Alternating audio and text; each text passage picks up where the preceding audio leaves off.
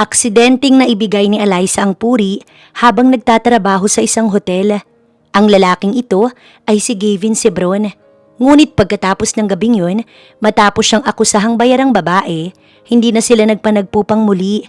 Nabuntis siya at nagsilang ng triplets, ngunit hindi niya ginambala ang lalaki. Ginapang niya ito hanggang sa paglaki. Lumipas ang 7 taon, isang pangyayari ang susubok sa katatagan ni Eliza matapos siyang madiagnose sa sakit sa puso. Rason na ba ito para ipaalam kay Gavin ang 3 anak sakaling mawala siya may mag-aalaga sa mga ito? 3 bata ang makikita sa gilid ng lansangan sa kasagsagan ng ulan upang mamalimos. Sila sina Krina, Luna at Divine. 3 magkakapatid na pinagkaitan ng pagkakataong maging masaya kasama ang kanilang ama. Ang kanilang ina kasi na disgrasya lamang ng isang lalaki at hindi naman ito pinanagutan. Yun ang ikinuwento ng kanilang ninang Desa. Kaya ngayong may sakit ang kanilang ina't nasa hospital at kailangang maoperahan sa sakit sa puso, ay maghahanap sila ng paraan upang kumita ng pera sa murang edad ng 3 bata. Krina, nilalamig na ako. Umuwi na kaya tayo? Nangangatog ang boses ni Luna.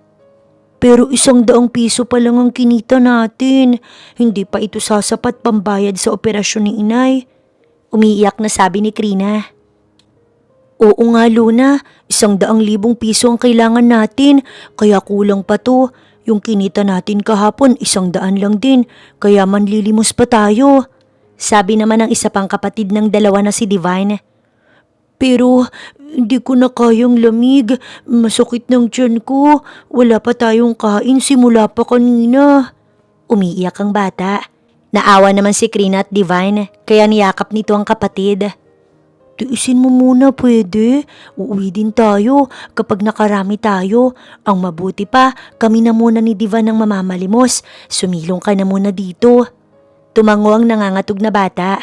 Yakap nito ang sarili at pilit nilalabanan ng lamig habang sina Krina at Divine sinuong ang ulan at namalimos sa mga taong dumadaan sa kalye. Maiilang naawa sa mga batang musmos pero ang iba naman nilalagpasan pa ang mga ito. Si Luna naman hindi na matiis ang gutom kaya nagpalinga-linga ito. Sa kanyang sinisilungang tindahan ay siya'y lumapit. Ale, pwede po bang makahingi ng tinapay kahit isa lang? Kanina pa po kasi ako nagugutom. Wala pa po akong almusal. Pagmamakaawa ni Luna. Nasaan ba kasi ang magulang mo at hindi ka inaasikaso? Basang-basa ka't gutom. Ang hirap naman kasi sa panahon ngayon. Puro pasarap lang ang mga babae. Pagdating sa hirap ayon, pababayaan ng mga anak. Sa halip na bigyan ng makakain, sinermonan pa ito ng may-ari ng tindahan. Nakatango lang ang batang nangangatog sa lamig. Masama itong tiningnan ng babae nang hindi makatiis. O heto, pandesal. Tira namin kanina. Pwede pa yan, medyo matigas lang. Sabi ng ginang at inabot sa batang isang supot ng pandesal. Nangislap ang mga mata ni Luna sa tuwa. Kumuha siya ng isa at agad na kinain. At dahil 3 piraso iyon, tinira niya para sa 2 kapatid. Muli ay humingi siya ng tubig sa ginang, pamatid uhaw at binigyan naman siya nito kahit nagsusungit pa rin. Hindi na lamang inintindi ni Luna. Ang mahalaga sa kanya ngayon na itawid niya ang gutom at uhaw. Ang natirang tubig sa bote na kanyang ininuman, tinira na rin niya sa mga kapatid. Pagkatapos ay pumuesto siya sa tabi at namaluktot sa lamig. Yakap ang sarili habang hindi hinihiwalay ang supot ng pandesal at bote ng tubig na tinira niya para sa kanyang mga kapatid. Walang alam ang kanilang ina sa ginagawa nilang pamamalimos dahil ito'y masasaktan. Mahal na mahal sila nito at ginagawa ang lahat para sa kanilang ikabubuti. Naka-confined ito ngayon at nag-iisa sa hospital. Inaantay ang magdodonate ng puso para maoperahan. Pero hindi nila kayang mag-intay magkapatid sa kung sinong maawang mag-donate ng puso para dito.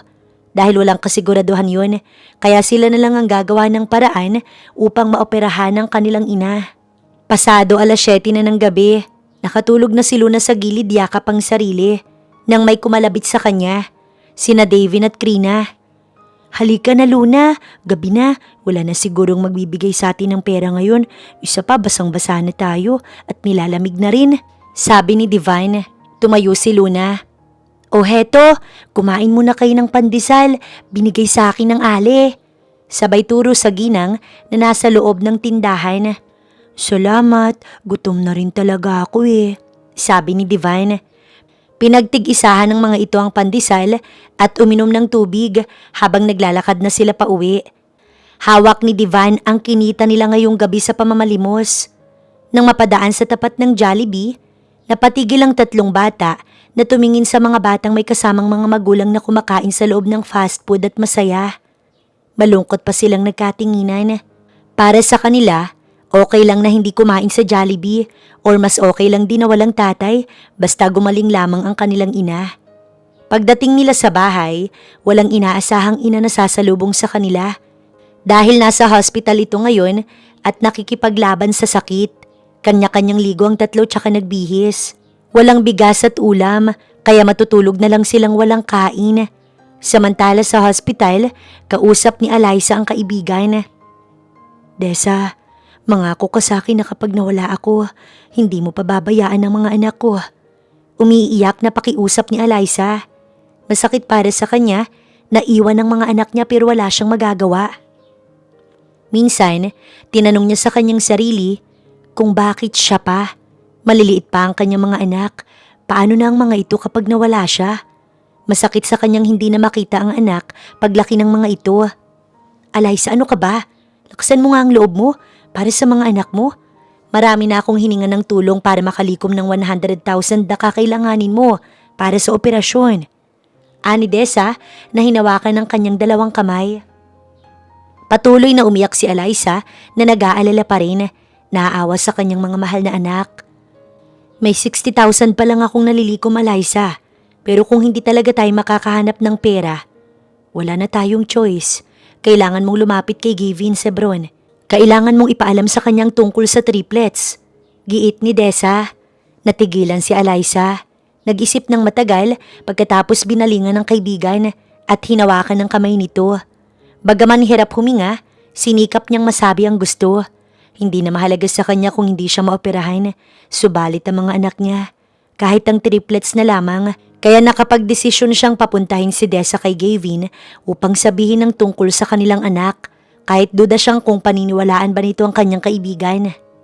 Kasabay noon ay nanumbalik sa alaala ni Alyssa ang first encounter nila ni Gavin Sebron. Kasalukuyan siyang nagtatrabaho sa isang hotel. Saktong nagkaroon ng event at isa siya sa naging service crew. Sa una pa lang, sentro na ng atensyon si Gavin dahil sa pagiging bilyonaryo nito at sobrang gwapo. Maski siya ay naging saksi kung paano pinag-usapan ng binatang CEO. Working student siya at ang sideline lamang niyang inaasahan kung papaano maipagpapatuloy ang kanyang pag-aaral dahil wala naman siyang pera. Lumaki siya sa bahay ampunan. At nang makayang itaguyod ang sarili, nagpaalam na siya sa mga taong naging kanlungan niya. Gusto niyang makapagtapos ng pag-aaral sa kabila ng hirap at pagtitiis dahil alam niyang iyon ang magbabangon sa kanya sa kahirapang kinasasadlakan kahit ulila ng lubos. Alyssa, dalhin mo daw to sa room ni Mr. Gavin Sebron, sabi sa kanya ng kaibigang si Desa. Bahagya siyang kinabahan nang mabanggit nito ang pangalan ng lalaking kanina lang ay kanyang tinititigan. Pero ni minsan, hindi man lang naligaw sa kanya ang mga mata nito, kundi sa palagi nitong kasamang maganda, sopistikada at alam niyang kapantay ng yamang mayroon si Gavin. Walang pag-aalin lang ang inabot niyang tray ng alak. Pagdating niya sa kwarto ni Gavin, ay kumatok siya. Mahinang kaminang narinig niya at sa boses pa lang ng lalaki, parang aatakihin na siya sa kaba, lalo na nang magkaharap sila. Nakatango ang lalaki. Nakaupo sa sofa na para bang may dinaramdam. Inilapag niya ang dalang tray sa katabing mesa at nilapitan ng lalaki.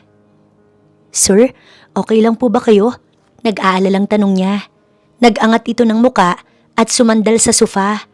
Nakita ni Alyssa na namumula ang buong muka ng lalaking nakapikit.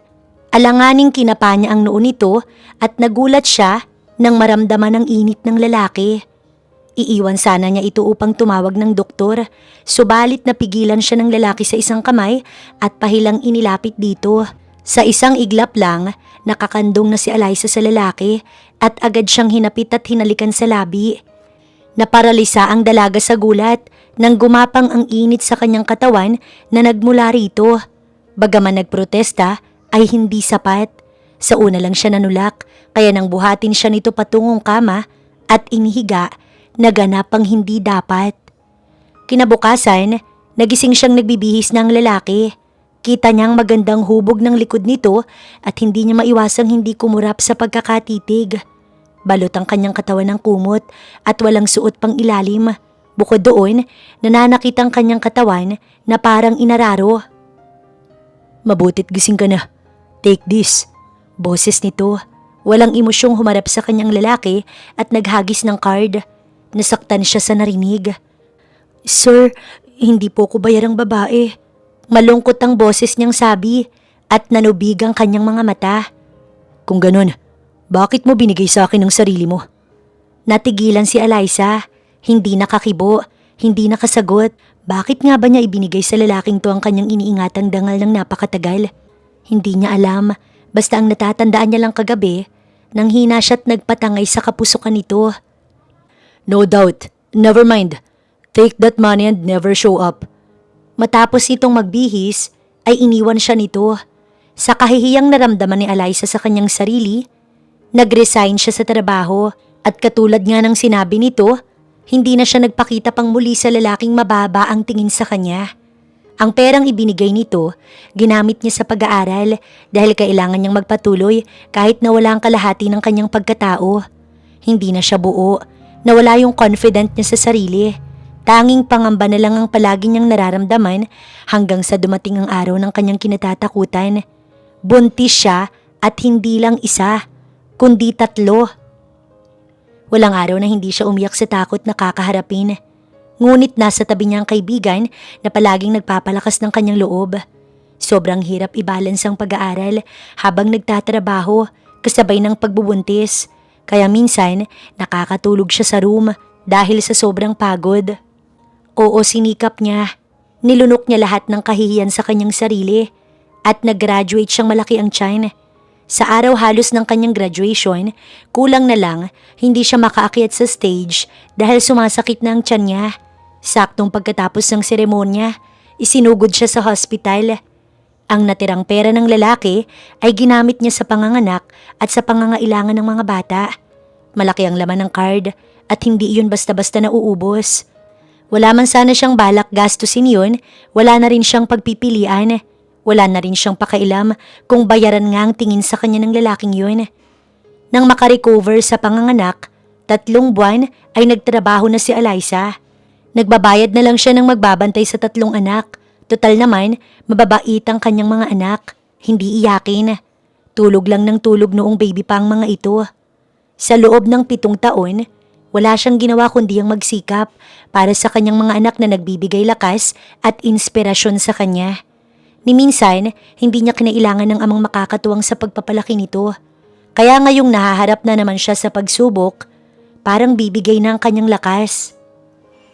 Nang maalala ni Eliza ang lahat ng kanyang hirap at sakripisyo, lalong bumulwak ang kanyang luha. Ngayong kukunin na ng Diyos ang buhay niya, kailangan nang malaman ni Gavin ang katotohanan. Masakit man sa kanya na mawala ang kanyang mga anak na nagpapalakas sa kanya, kailangan niyang tanggapin. Alam niyang magiging maayos ang buhay ng mga anak niya kay Gavin. Sa araw na yon, nagpasya na siyang lumabas sa hospital at sa bahay nilang magpagaling.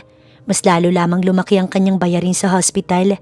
Kapag nakalikom ng pera or di kaya may heart donor, tsaka na lang siya babalik sa hospital. Ayaw siyang payagan ng doktor dahil sa kanyang kondisyon. Kailangan niyang palaging nasa hospital para siya'y mamonitor. Subalit naaawa siya sa kanyang mga anak na walang kasama sa bahay. May trabaho kasi ang kaibigan at nag-aalaga naman sa mga ito, pinaalis niya na dahil wala na siyang pangbayad. Friend, papunta na ako sa opisina ni Gavin. Babalitaan kita kung anong mapag-uusapan namin. Chat sa kanya ni Desa. Nagpasalamat siya, medyo kabado. Maraming tanong sa kanyang isipan.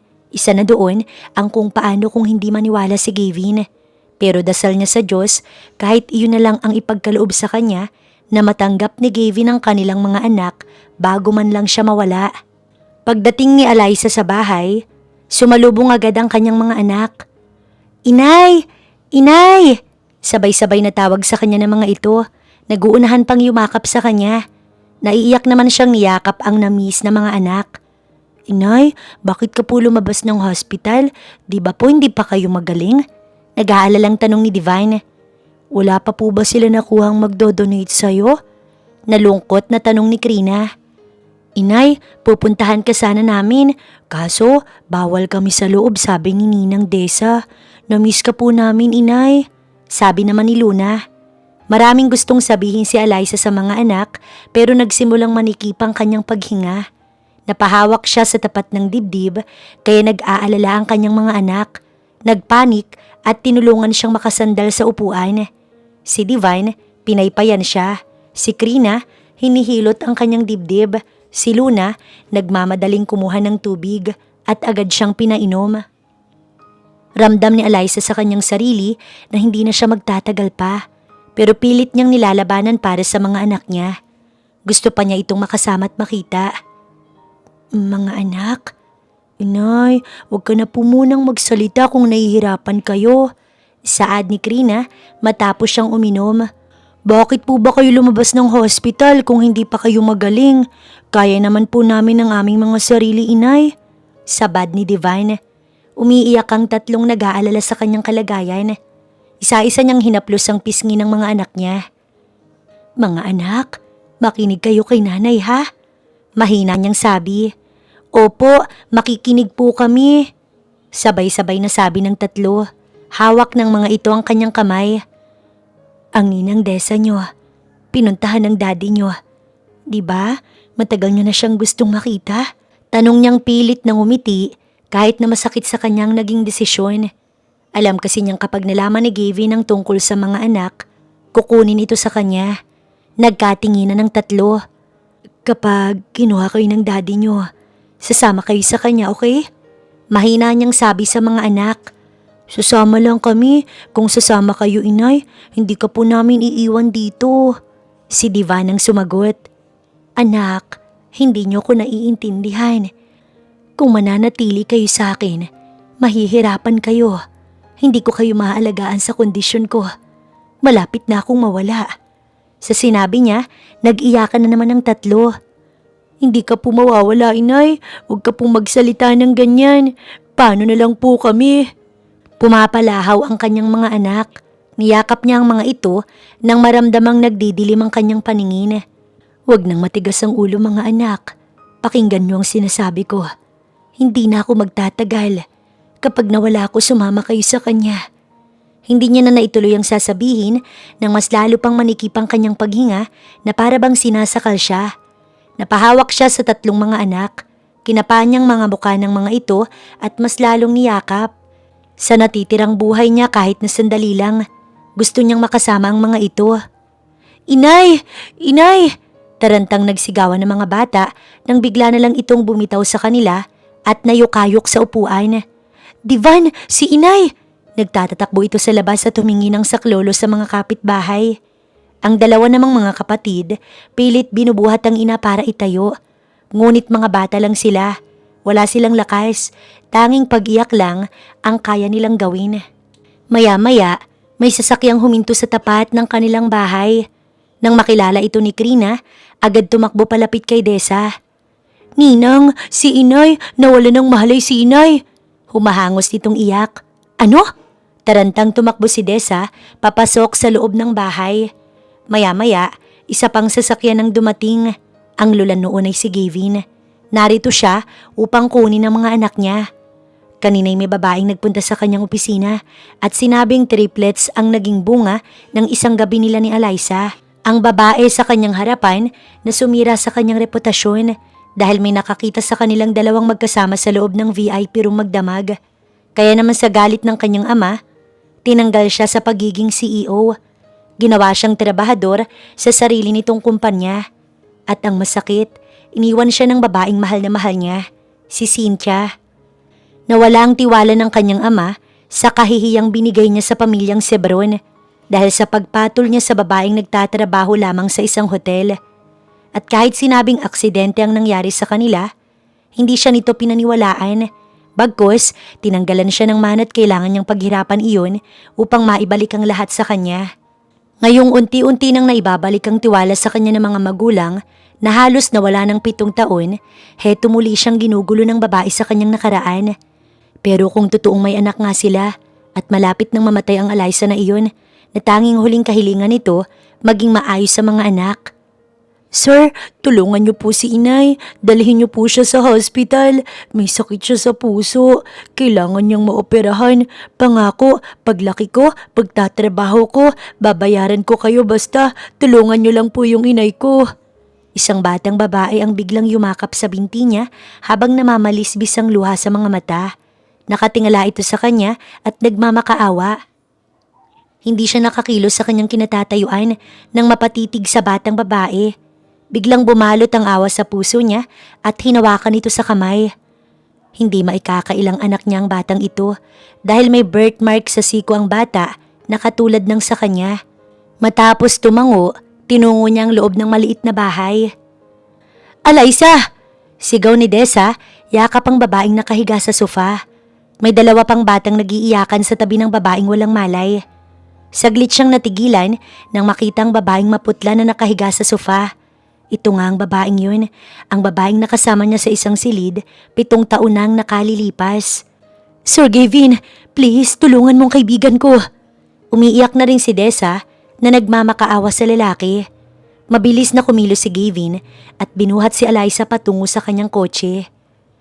Ikaw na munang bahala sa mga anak ko. Huwag mo silang iiwan dito. Bago tumalikod ng tuluyan ay sabi ni Gavin kay Dessa at isinakay na sa kotse niya ang babae. Dama niya ang mahinang pintig ng pulso nito. Nangingitim ang dulo ng daliri maging ang gilid ng mga mata. Malala ang sakit ni Eliza. Kailangan na itong maoperahan sa araw ding yun. Dinala niya kaagad dito sa isang private hospital upang masagip pa ang buhay. Pagdating sa hospital, buhat ni Gavin si Eliza papasok. Agad sumalubong sa kanyang 2 medics na may dalang stretcher.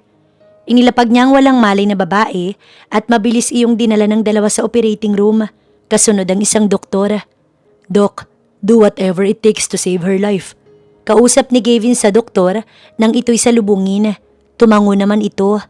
Naiwan si Gavin sa labas na nag-aalala hindi para sa babae, kundi para sa mga batang umaasang mabubuhay ang kanilang ina. Ginawa niya ito dahil sa kahilingan ng kanyang anak na ito'y tulungan. Hindi niya naman gustong mawala ng ina ang 3 bata. Ramdam niya kanina kung gaano nasasaktan ang kanyang mga anak kapag may masamang mangyari sa babae. Eliza, bakit mo nagawang ilihim sa akin ng tungkol sa mga bata? Mariing tanong niya sa kanyang sarili. Hindi siya mapalagay sa labas. Naroong umupo sa waiting chair, naroong tumayo na naiinip, hanggang sa lumabas ang doktor pagkalipas ng ilang oras. Mabilis niya itong nilapitan. Sinabi sa kanya nito na kailangan ng maoperahan ng babae sa lalong madaling panahon, kundi baka bawian ito ng buhay. Dok, magbabayad ako kahit magkano. Just make her alive. Pakiusap niya rito. Gagawin namin ang lahat, Mr. Sebron. Pwede ko bang malaman kung kaano-ano mo ang pasyente? Ina siya ng mga anak ko. Dagling sagot niya. Hindi na nag-isip pa. Tumango ito bago tumalikod. Matapos siyasatin ang kondisyon ni Eliza, inischedule kaagad sa lalong madaling panahon ng operasyon nito. Si Gavin mismo ang nag-asikaso ng lahat. Inabot na siya ng umaga sa hospital dahil hindi siya umalis hanggat hindi na sisigurong magiging okay si Eliza. At habang inaantay ang araw ng operasyon, isasaayos na muna niya ang kanyang mga anak. Sa araw na yon, umuwi siya ng apartment na tinitirahan ni Eliza kung nasaan ang mga anak niya. Isang batang babae ang sumalubong sa kanya. Umiiyak ito. Sir, si inay, kamusta po ang inay namin? Humihikbi nitong tanong.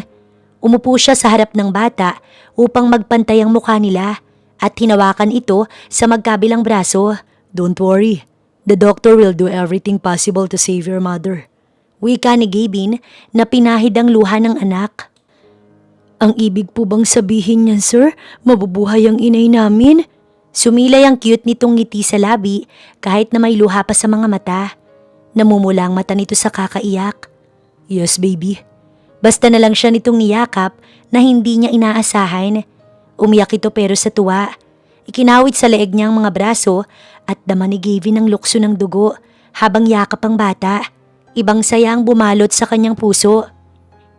"Thank you po, sir," sabi nito matapos ang matagal na pagyakap sa kanya. "What's your name?" "Ako po si Luna, yung dalawa ko pang kapatid, sina Divan at Krina. Nasa loob po sila, ipakikilala po kita." Excited siya nitong hinila. Napasunod naman si Gavin. Naroon ang kaibigan ni Eliza na nagpakilala sa kanya na Dessa kahapon.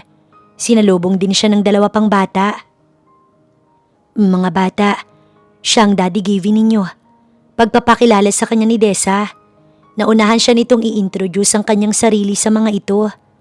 Namilog ang mga mata ng tatlo pero saglit lang iyon at mabilis na lumapit sa kanyang mga ito para yumakap. Natulala siya sa dapat niyang maging reaksyon. Nakakagulat man na may tatlo siyang anak at heto't malalaki na. Napakalambing, nararamdaman niyang napalaki ito ng maayos ni Eliza. Bagaman ngayon lamang siya nakita ng mga ito, ay hindi naman nailang sa kanyang mga bata. Bagkus, nagpasalamat sa pagdating at pagliligtas sa ina ng mga ito. Hindi maikakailang sobrang tuwa ng tatlo. Tunay na napaka-inosente pa ng kanyang mga anak. "Maraming salamat, Gavin. Hindi lang para sa mga bata, kundi para na rin sa kaibigan ko. Ngayon, uuwi akong hindi nag-aalala sa kanila. Bukas, dadalawin ko si Eliza sa hospital," sabi sa kanya ni Dessa. Malaking parte ang ginampanan nito sa kanyang mga anak kaya nagpasalamat siya rito. Nagpaalam na rin ito sa mga bata pagkatapos. Nangakong dadalawin ng mga bata para kamustahin sa kanyang poder. Inuwi niya ang tatlong bata sa kanyang bahay at makikita ang pagkamangha sa mga mata nito pagdating nila. "Dito po kayo nakatira, Daddy?" tanong ni Krina. "Yes, sweetie. And from now on, magkakasama na tayo." "Masaya sana kung magaling na si Inay at kasama natin," usal ni Divine. "Oo nga, mag-isa siya sa hospital at lumalaban sa sakit," ani Krina. Ayaw na malungkot ni Gavin ng tatlo kaya mabilis niyang inalalayan papasok ang mga ito. Habang nangangakong iuuwi din sa bahay na iyon ng kanilang ina kapag magaling na ito. Umasa naman ang mga bata sa kanyang pangako. "Sinong mga batang yan, Gavin?" Sa malawak na pintuan, naroon ang isang ginang na masamang nakatingin sa mga bata. Natigilan ng tatlo at napatingin sa kanyang ina. "I'm asking you, Gavin, who's these 3 children?" Mataray na tanong ng kanyang ina at lumapit sa kinatatayuan niya. "Anak ko sila kay Eliza at simula sa araw na to, dito na sila titira sa bahay ko." Idiniin niyang salitang bahay ko. Nang itakwil siya ng mga ito dahil kay Eliza noon, nabili niya ang bahay na ito. May pera siyang ipinamana ng kanyang pumano na abuelo. Tumayo siya on his own kahit na tila ba napakasama niyang anak sa mga ito na para bang krimen ang nangyari sa gabing yun. Tinawag niya ang maid at pinaasikaso ang mga bata. Mukhang nais pa siyang kausapin ng kanyang ina. Sinundan pa nito ng masamang tingin ng tatlong bata. "That woman?" Anas nitong galit na ang tinutukoy ay si Eliza. "She ruined Zebra name in the past. And now, she is about to ruin it again." Gigil itong ikinuyumang kamao. "Do not drag my children into your anger toward me, Mom. Dahil hindi ko mapapayagang may gawing hindi maganda sa kanila. Excuse me, aasikasuhin ko lang ang mga bata." Naiwang naiinis ang ginang. "Nagpunta ako rito para ibalita sa iyo na bumalik na si Cynthia mula sa Amerika. And now she's waiting for you to pick up in the airport." Pahabol ng ginang kay Gavin na ikinatigil nito. Alam niyang mahal nito si Cynthia at walang makakahigit sa pagmamahal ni Gavin sa GF nito. Matapos mapaliguan at mabihisan ng kanyang mga anak ni Manang, isa-isa niya itong niyakap at hinagkan. Nakadama nga lang siya ng awa sa mga bata dahil sa kupas at punit na suot na damit mula sa dala nilang gamit ng mga ito. "Manang Rosa, dumating na ba si Max?" tanong niya sa katiwala. "Hindi pa ho, sir." Si Max ay ang kanyang driver at katiwala sa maraming bagay. Inutusan niya ang lalaki upang ibili ng maayos na damit ang kanyang mga anak kanina. Pagkaalis na pagkaalis lamang ng kanyang ina. Nag-hire na rin siya ng tagi-isang yaya ng 3 anak. At bukas pang dating ng mga iyon mula sa agency. Kaya pansamantala, si Manang Rosa muna ang bahala sa tatlo. Nagpaalam na muna siya na aalis upang sunduin si Cynthia dahil tumawag na muli ang kanyang ina. Para matapos na, sinunod na lang niya ito. Ilang taon din niyang sinikap makapag-move on sa pag-iwan ni Cynthia sa kanya. At ngayong wala na siyang damdamin para sa babae, tsaka ito nagbabalik. Thank you, Gavin. I thought you didn't come. Masayang salubong sa kanya ni Cynthia pagdating niya sa airport. Actually, I already informed Aunt Isabel yesterday that I'd be back in the Philippines today. Kamusta ka na? Dagdag pa nito, yayakapin sana siya pero mabilis siyang umiwas. Akala nga niya nakauwi na ito ng bahay dahil matagal niyang nasundo ang babae pero matyaga pa rin pala siyang hinintay. Ihahatid na kita pa uwi. Marami pa akong aasikasuhin. Sa halip ay saad niya. Pinadama ang malamig na pakikitungo. Kinuha niya ang bag nito at nagpatiuna sa kotse. Sinabayan naman siya ng dalaga sa paglalakad. Gavin, I'm sorry for what I have done in the past.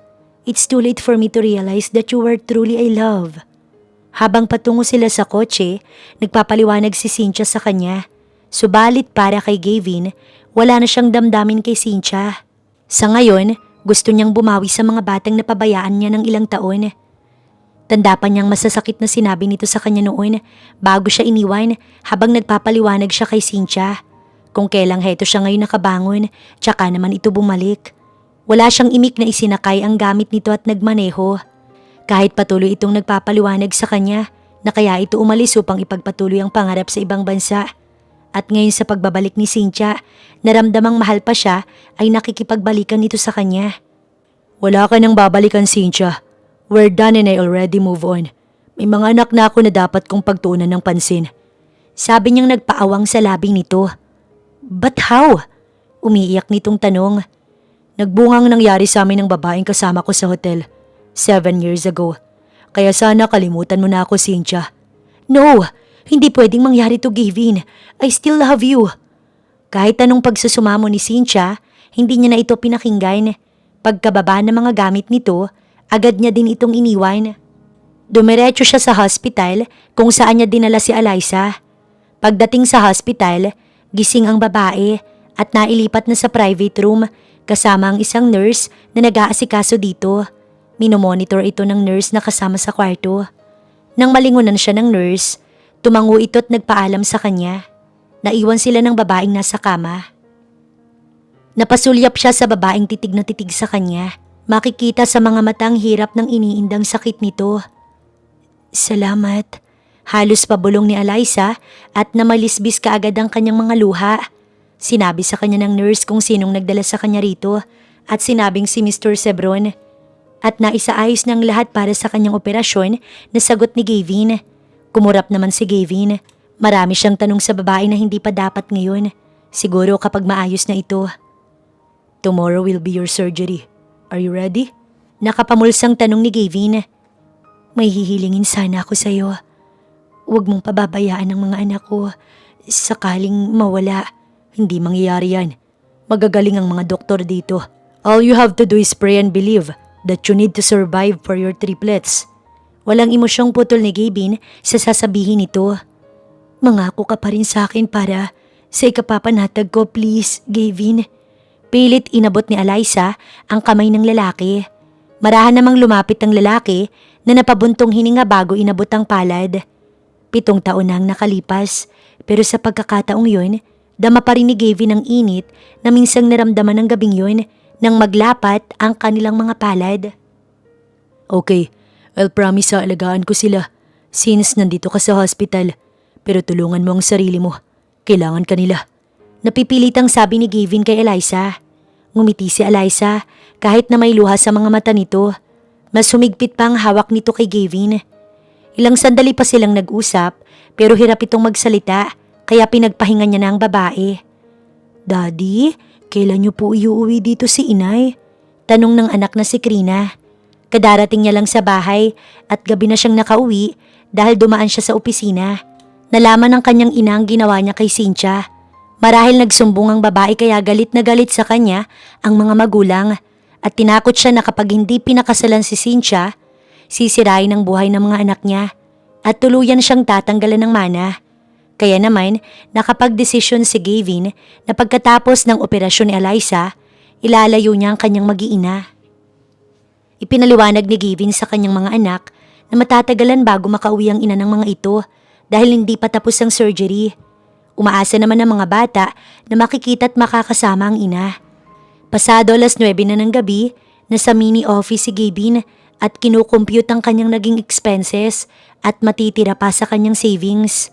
Hindi niya na-afford pang bumili ng bahay para sa kanyang mag-iina. Kaya nagpahanap na lamang siya ng mauupahan kay Max. Ngayon pa lang, inaasikaso niya na ang bahay na titirahan nila at kapag nakalabas ng hospital si Eliza, may uuwian na silang bahay, yung hindi sila mahanap ng mga magulang. Total matagal na siyang itinuturing na hindi anak ng mga ito. Mas mabuti pang siya na mismo ang umalis. Sapat na ang 7 taong nagtiis siya na parang walang pamilya. "Daddy!"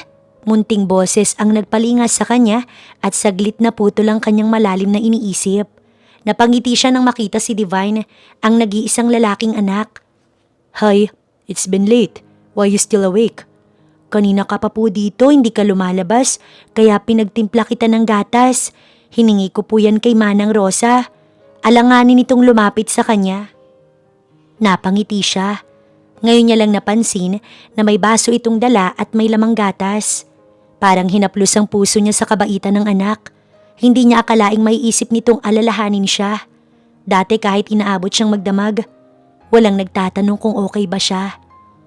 Matapos abutin ng isang basong gatas, inilapag niya iyon sa ibabaw ng kanyang mesa at iniupo ang anak sa katapat na silya matapos guluhin ang buhok nito.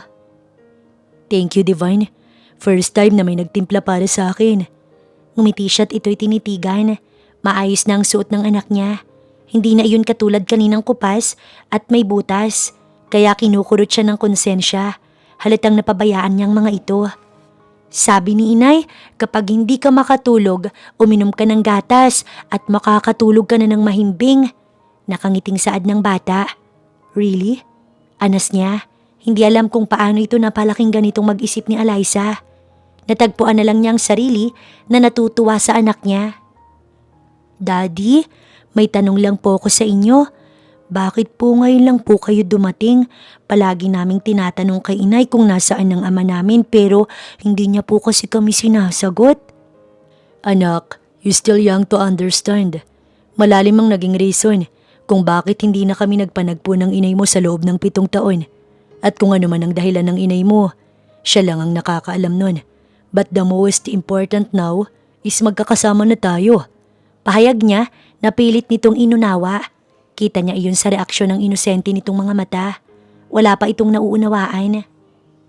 Ininom niya ang gatas na pinaghirapan itong dalhin para sa kanya at inihatid niya sa kwarto si Divine. Tulog na noon ang 2 kapatid nito. "Good night, Divine."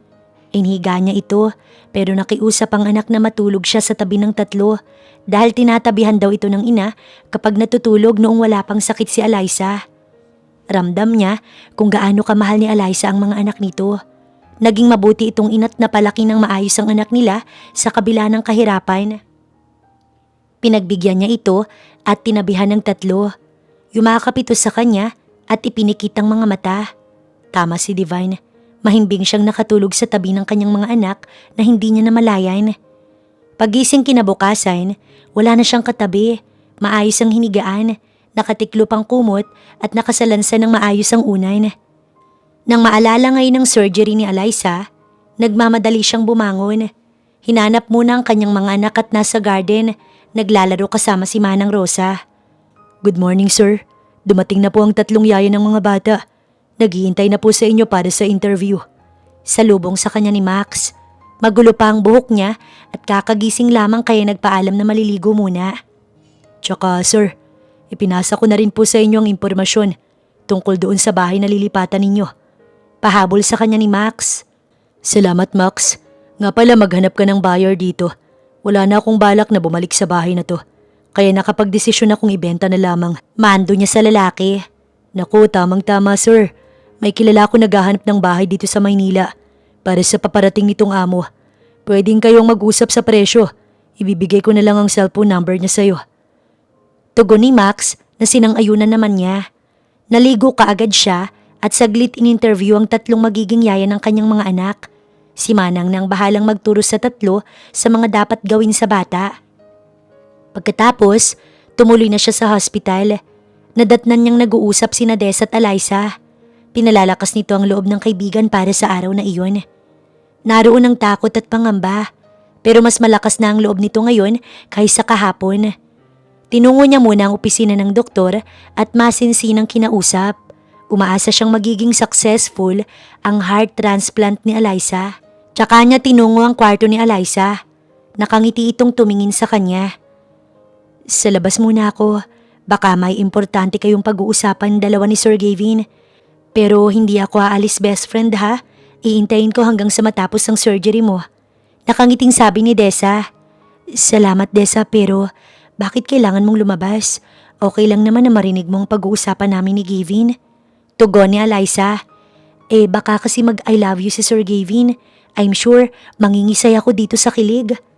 Alam ni Gavin na pinasasaya lang nito si Eliza upang hindi kabahan para sa operasyon ngayong araw. Puro kakalukuhan. Mabuti pa nga lumabas ka na muna. Aatakihin ako sa'yo. Pairap na sabi ni Eliza. Umiwas agad ng tingin sa kanya. Kaya nga po heto, lalabas na. Nag-iwan pa ito ng nakakalokong tawa. Paglabas ni Dessa, naiwan sila ni Eliza at parang may anghel na dumaan kaya naging tahimik sila pareho. Magkatitigan, parehong walang nanulas sa kanilang bibig.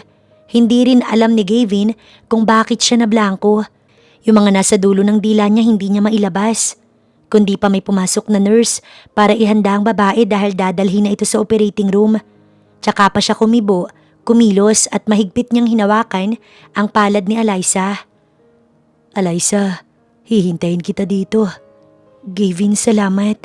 Anas nito sa mahinang boses at maiiyak pa.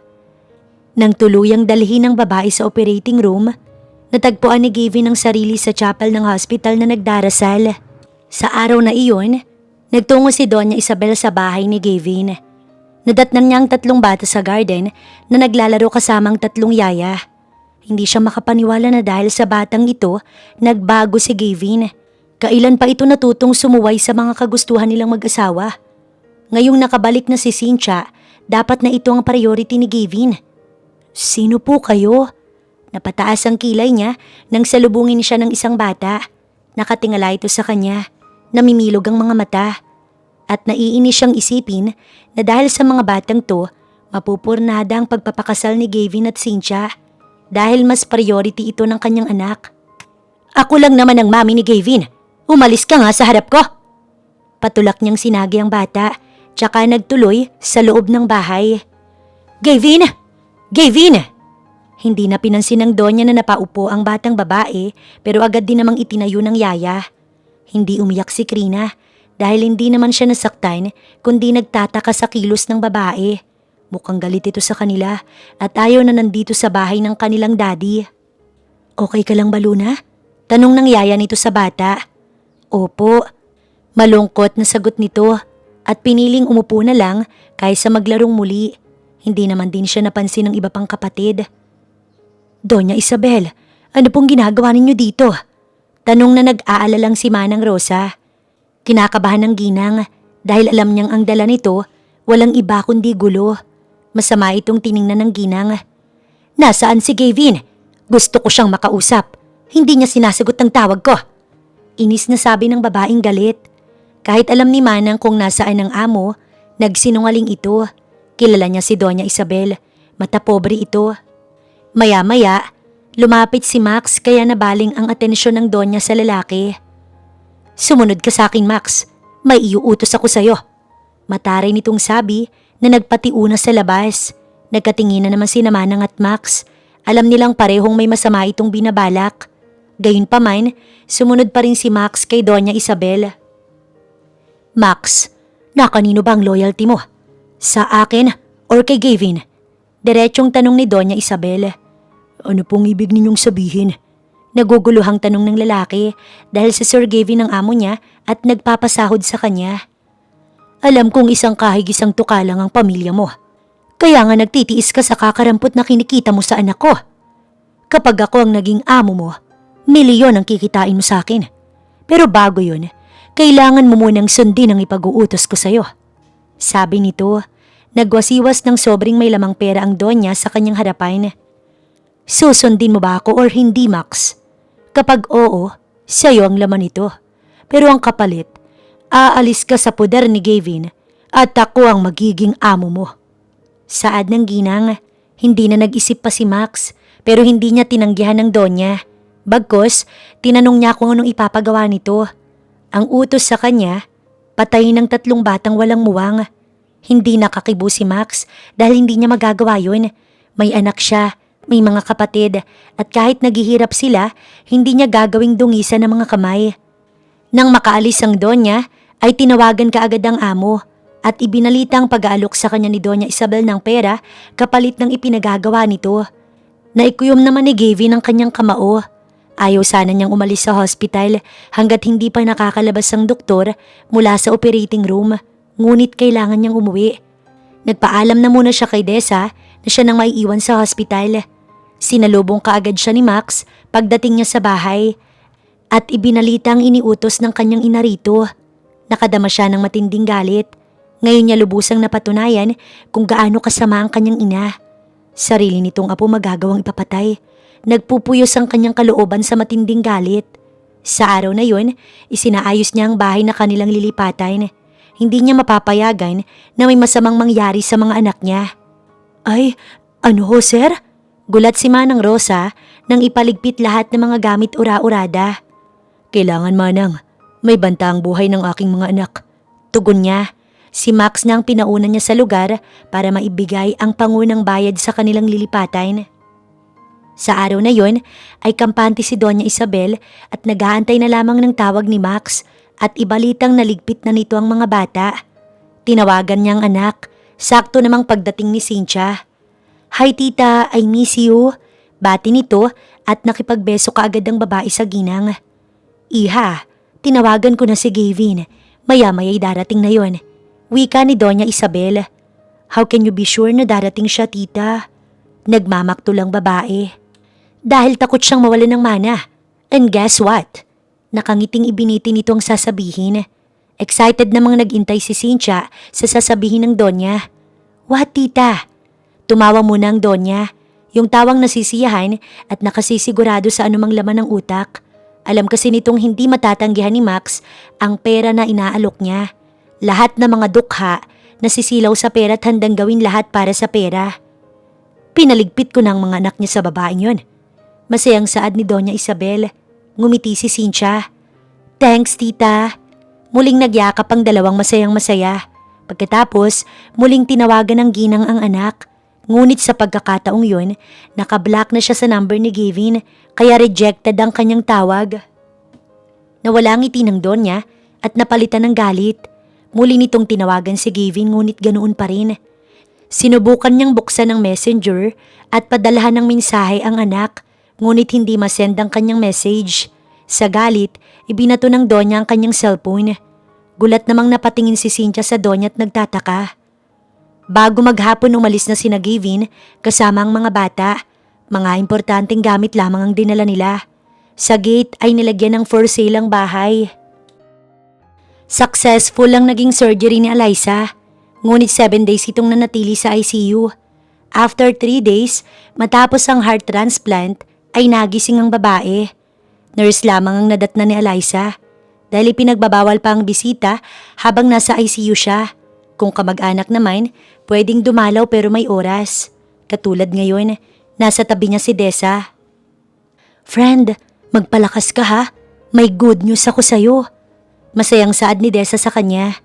Ngumiti siyang masayang-masaya at inaasahang tungkol sa mga anak niya ang good news ni Dessa. Na-promote na ako sa work ko. Isa na akong sekretary ngayon. Masaya nitong pagbabalita. Saglit na pawi ang ngiti niya. Mabuti naman kung ganoon. Congrats, Dessa. Masaya siya para sa kaibigan. Sabay silang naging simpleng empleyada sa kumpanyang pinapasukan nito noon. Kaso nga lang, hindi niya na ituloy ang trabaho dahil sa kanyang kondisyon.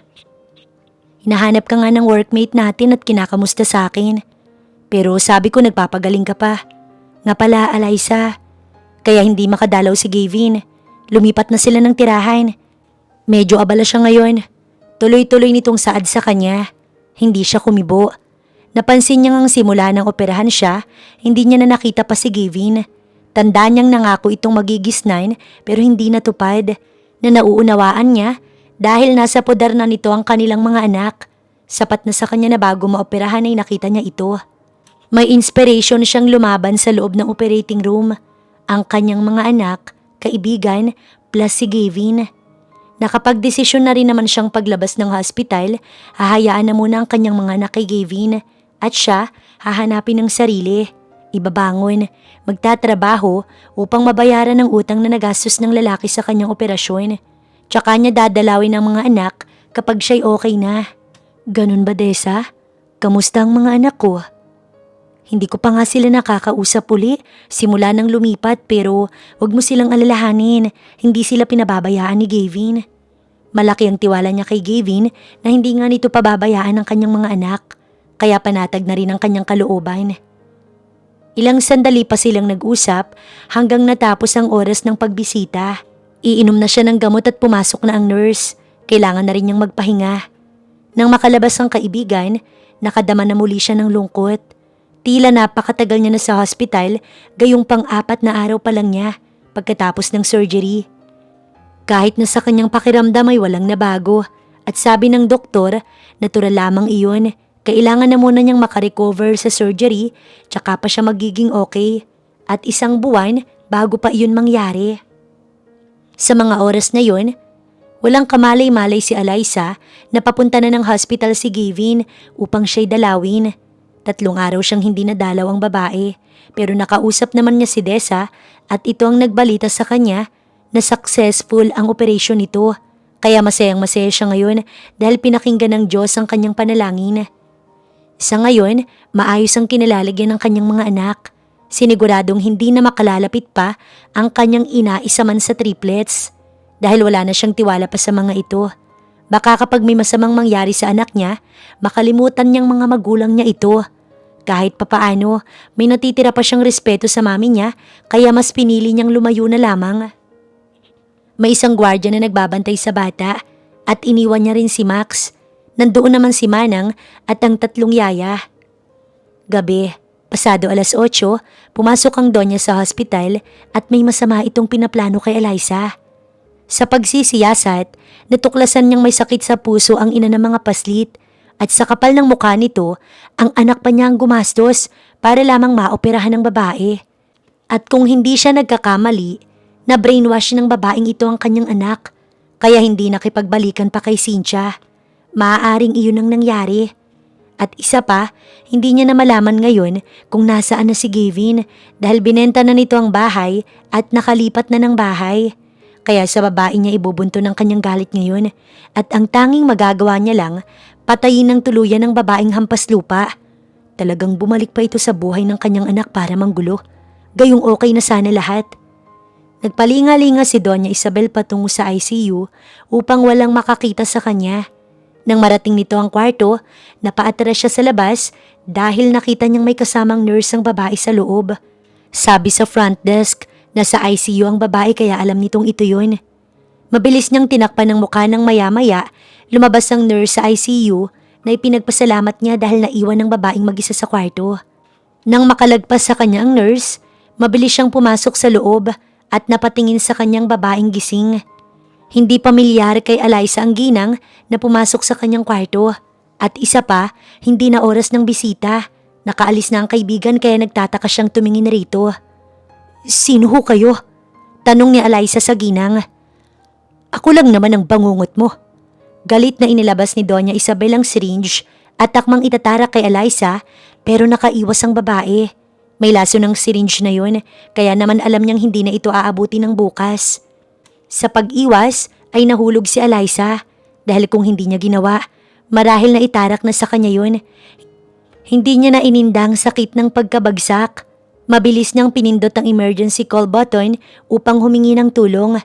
Napamura naman ang ginang sa inis nang bumukas ang pintot na patulala pareho ang dalawa dahil si Gavin ang naroon. Gulat na gulat pagkakita sa kanya. "Ma'am?" Gulat na usal ni Gavin pagkakita sa ina at si Eliza nagulat din nang marinig yun. Agad na nag-sink in sa utak niya ang lahat. Nakadama siya ng takot at pag-aalala para sa kanyang mga anak na nasa poder mismo ni Gavin. Kung siya nagawa nitong saktan, Baka magawa rin ito sa kanyang mga anak. Naumid ang Donya at hindi makapagsalita. Mabilis namang itinayo ni Gavin si Eliza na hirap sumampas sa kama. Nakita niyang dumugo ang kamay nitong pinagkakabitan ng dextrose kaya tumawag agad ng nurse. Mabilis namang inasikaso si Eliza. Pinalabas din silang mag-ina dahil bawal na ang bisita. Umalis na kayo rito hanggat kaya ko pang magtimpi, ma'am. Pagkatapos mong pagtangkaan ng mga anak ko, ngayon naman si Eliza. Nagpipigil ng matinding galit si Gavin. Bakit mas matimbang pa sa'yo ang ibang tao kaysa sa aking ina mo, ha, Gavin? Pagdadrama ni Doña Isabel na akala mo inapi. Ibang tao bang tawag mo sa mga anak ko? Dugot laman ko sila. Giit ni Gavin. Nakakalimutan mo na ba na dahil sa babaeng yan, itinakwil ka namin ng iyong ama dahil sa kahihiyang idinulot niya sa pamilya natin. Pagkatapos, kung kailang nakabawi ka na, tsaka naman siya babalik sa'yo para sirain ka ulit. Hindi mo pa nga sigurado kung ikaw nga ang ama ng mga batang yon.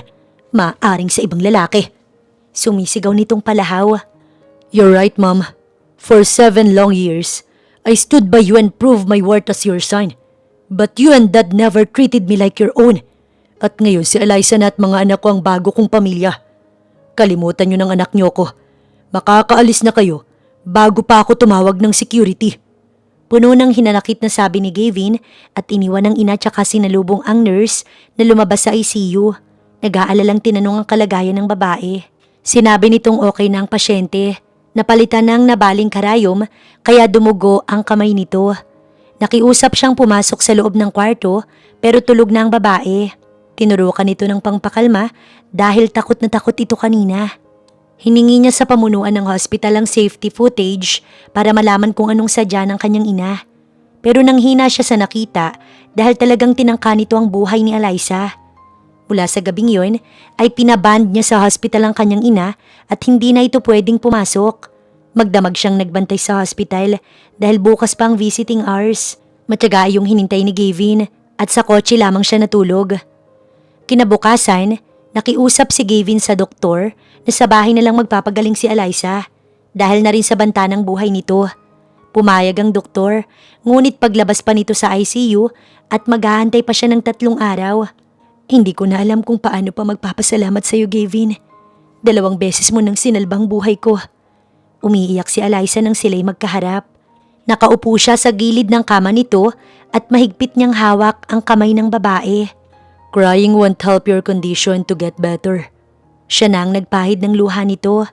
Nakadama naman ng pagkailang si Eliza sa ginawa ni Gavin at napatitig sa gwapong lalaki. Sa ayos nila ngayon, parang aatakihin naman siya sa sakit sa puso. May naalala tuloy siya sa nakaraan nila. Nga pala, paglabas mo dito sa ICU, sa bahay ka na magpapagaling. Mas makakampante ako kapag nasa bahay ka na. Muling nagsalita si Gavin pero hindi yun ang plano ni Eliza. Sa isang banda, masaya na rin siya dahil makikita niya ang kanyang mga anak na matagal niya nang namiss. Tsaka na lang niya sasabihin kay Gavin ang desisyon kapag okay na at magaling na siya. Nagpasalamat na lang muli si Eliza dahil yun lang din naman ang kanyang kaya.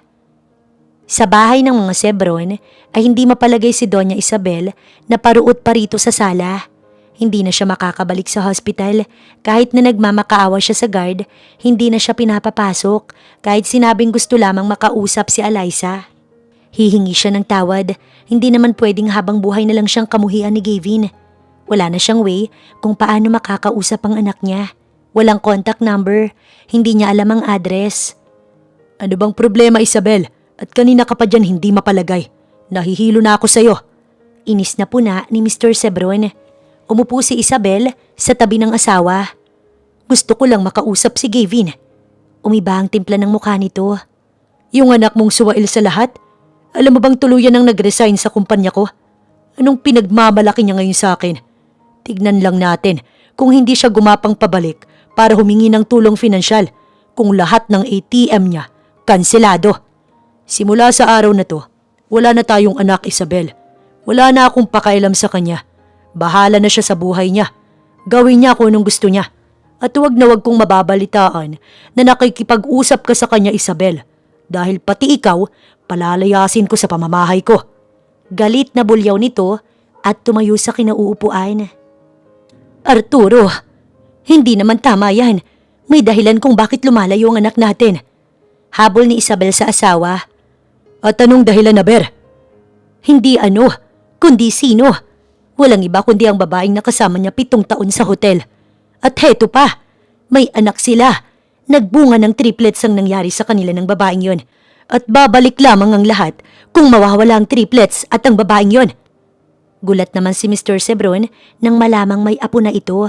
Biglay nagka-interes sa 3 apo. Gusto niyang makita ang 3 bata. Kung totoong ang anak ito ni Gavin, di mabutit may apo na siya. Maya-maya ay sumilay ang ngiti sa labi ni Mr. Sebron. Pagkalipas nga ng 3 araw, nakalabas na ng ICU si Eliza. Kahit papaano, nakakakilos na ito ng maayos at tuloy-tuloy ang pag-inom ng gamot. Tumanggi na siya sa balak ni Gavin na kumuha ng nurse dahil dagdag pang gastusin. Kaya naman niyang uminom ng gamot na mag-isa. Habang nagbabiyahe pa uwi, dama ni Eliza ang kaba dahil sa excitement na makita ang kanyang mga anak. Naikwento ni Gavin na okay ang mga anak nila. Kahapon pa nga daw siya inaantay sa bahay. Heto nga't naiiyak na siya, hindi pa man nakikita ang kanyang mga anak at nayayakap. Habang tumatagal ang biyahe, napansin ni Eliza na palabas na sila ng Maynila. Tama nga ang kanyang best friend, malayo ang nilipatan ng mga ito. Alam kong magugustuhan mo sa bagong tirahan. Presko ang hangin, tahimik at malayo sa kabihasnan, maging sa usok ng mga sasakyan. Ani Gavin nang mapansin ang nagtataka niyang reaksyon. Ngumiti siya sa lalaki. Naalala niya kasi ang bahay ampunan na pinanggalingan. Malayo din iyon sa kabihasnan. Pakiramdam nga ni Eliza na bago lamang ang takbo ng buhay niya matapos ang insidenteng nangyari sa kanila sa hotel. Sa isipang yon, napalis ang ngiti niya sa labi. Napakarami nang nangyari sa buhay niya. May problema ba? Nag-aalalang tanong nito nang mapansin ang bumalatay na lungkot sa mukha niya. Wala, Gavin. Namimiss ko lang ang mga anak ko. Don't worry, dahil makikita mo na sila. Pagpapasaya nito sa kanya. Bagaman mabilis ang pagpapatakbo ng sasakyan ni Gavin, maingat naman ito. Inay!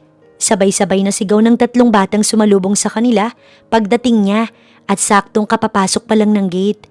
Naiiyak ang mga bata habang sinasalubong si Eliza. Ganoon din ang babae. Mahigpit nitong niyakap ang kanyang namiss na mga anak. Lalo na't hindi niya akalaing makakasama pa niya ang mga itong muli. Akala niya katapusan na ng kanyang buhay. Pero salamat kay Gavin na nagmalasakit sa kanya. Naroon si Manang, si Max at ang 3 yaya na nakamata sa muling pagkikita nilang mag-iina. Naiiyak pa nga din ang mga ito. Hindi man alam ng lahat ang buong kwento ni na Eliza at Gavin, pero masaya ang mga ito na buo na ngayon ng magpamilya. Inay, habang wala ka po, nagdasal ako kay Papa Jesus na pagalingin ka. Naniniwala po ko kay Daddy sa sinabi niya na makikita ka po namin ulit. Sabi ni Krina. Ako din po, Inay. Nagsabi po ako okay lang na mahirap po tayo. Basta po, kumpleto at masaya. Si Daddy, ikaw at ang mga kapatid ko. Wika naman ni Luna. Emosyonal pa rin ito.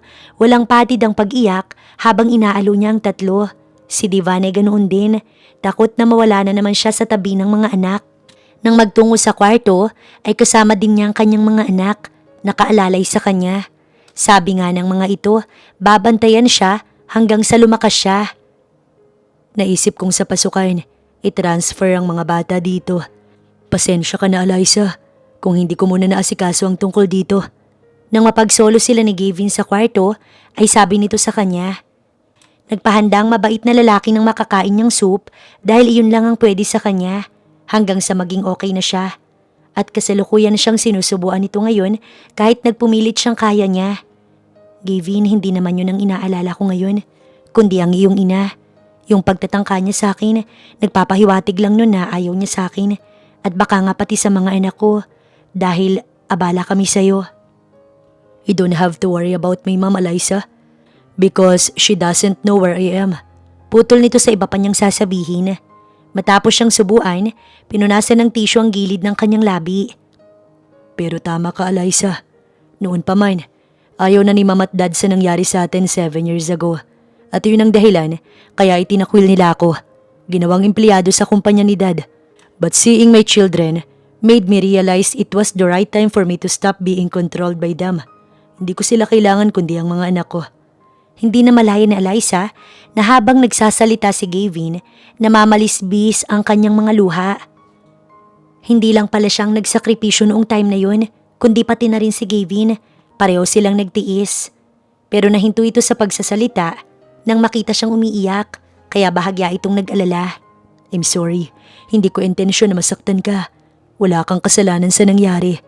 Naunahan ako sa takot nun. Kaya nga after nang nangyari sa atin, sinabi kong huwag ka nang magpakita pa sa akin. I'm sorry, Eliza. Ginanap nito ang palad niya at pinisil. Pinakalma siya nito, pinatahan sa pag-iyak. Salamat, Gavin. Hindi lang dahil sa nagawa mo para sa anak natin, kundi pati na rin sa akin. Balang araw, masusuklian ko din lahat ng kabutihang nagawa mo sa akin. Salamat. Matapos niyang kumain, iniwan siya ni Gavin para makapagpahinga na siya. Ganoon din ito, pero sinabing sapat na manatili siya sa tabi ng mga bata bilang sukli sa nagawa nitong pabor sa kanya.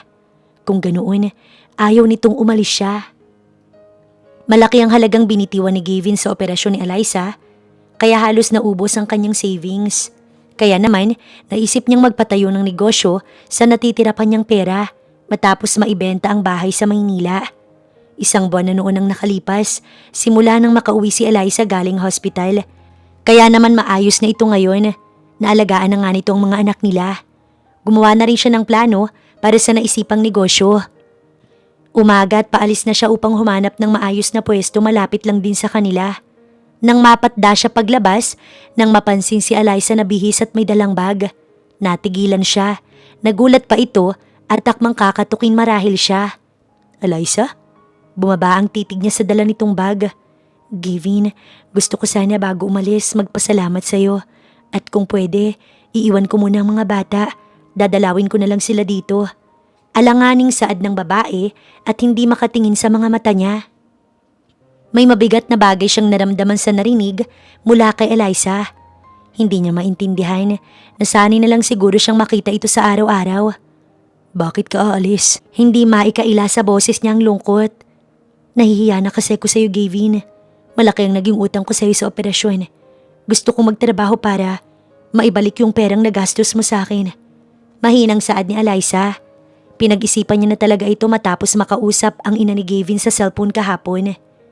Nagmamakaawa na iwanan niya ang lalaki dahil mas pinipili siya nito kaysa sa mga magulang. Humingi na rin ito ng tawad sa ginawa nito sa kanya sa hospital. Dahilan ng don niya na bigla lamang ito't hindi sinasadya.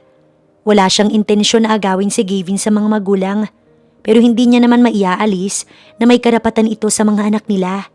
Aaminin niyang kailangan niya rin si Gavin para makatuwang sa mga bata, pero kung tutuusin, kaya niya na ito dahil magaling na siya.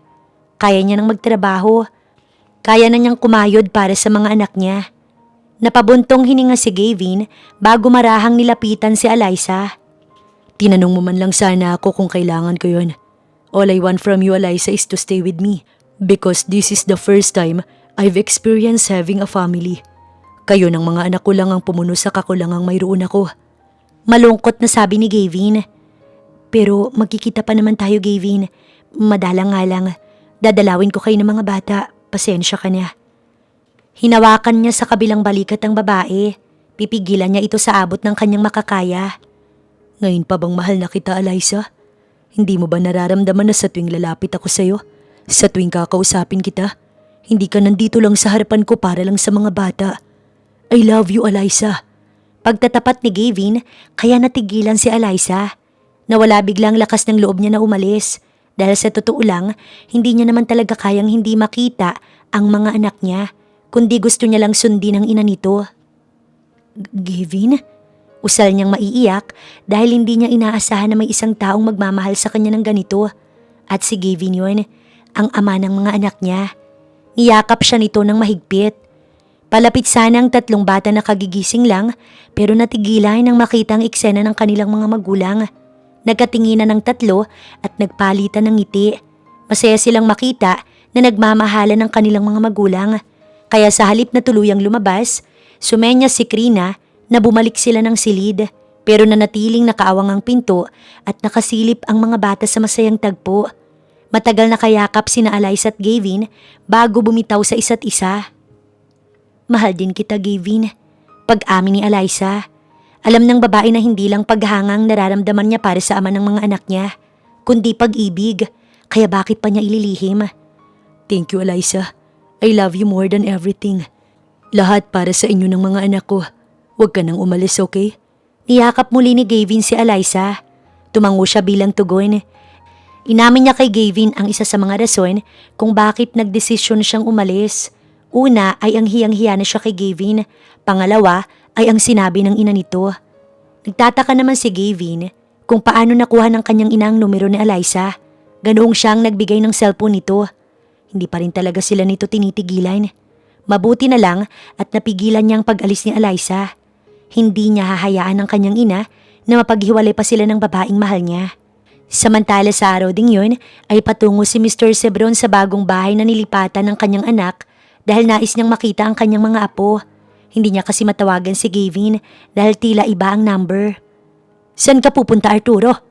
Salubong sa kanya ng asawa. Dadalawin ko ang mga apo ko. Namangha ang babae. Kung ganon, alam mo kung nasaan ang address ni Gavin? Bakit hindi mo sinasabi sa akin? Inis na tanong ng Donya. Naging masama akong ama kay Gavin, Isabel. Nagalit ako sa kanya nang malaman ang nangyari 7 taon nang nakalilipas na hindi naman dapat. Wala naman talaga akong ibang nais kundi siya'y mapabuti. Maging matapang, matatag sa mga hamon ko. Ngayong kaya niya nang tumayong mag-isa'y hinahangaan ko siya. Ibig sabihin lang nun, natuto siyang lumabas sa buhay. Napatanga naman si Doña Isabel sa asawa. Hindi naman iyon ang narinig niya dati kay Arturo.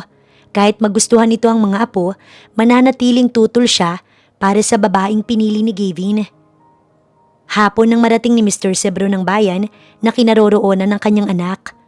2 oras pa muna ang lumipas bago pumarada ang sasakyan ni Mr. Sebron sa harapan ng gate nila Gavin. Sir, sigurado na po ba kayong ito yung bahay?